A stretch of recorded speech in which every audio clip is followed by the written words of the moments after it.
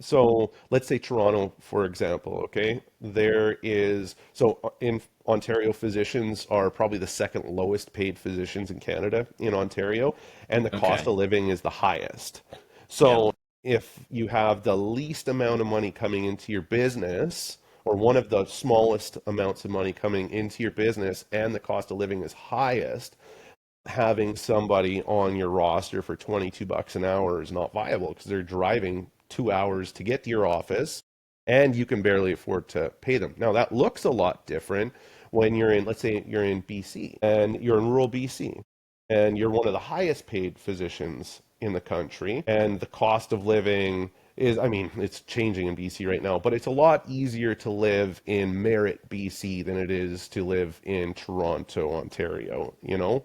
So it's different depending on where you are and where you're practicing and what kind of practice that you've created, if it's a group or it's an individual.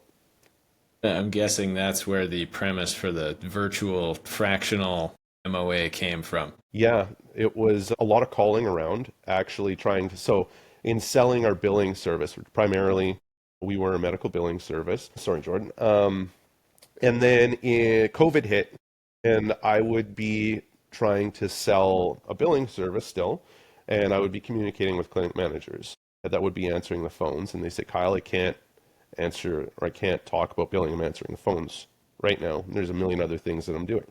So we heard that enough, and then we created a service, a fractional service to solve those problems for them and say, I wanted to be able to call and say, hey, let's chat about billing. And if you can't talk about billing, I can solve that problem so we can talk about billing. And then it's really snowballed. And I think we're one of the only service providers out there doing what we're doing right now in the way that we're doing it.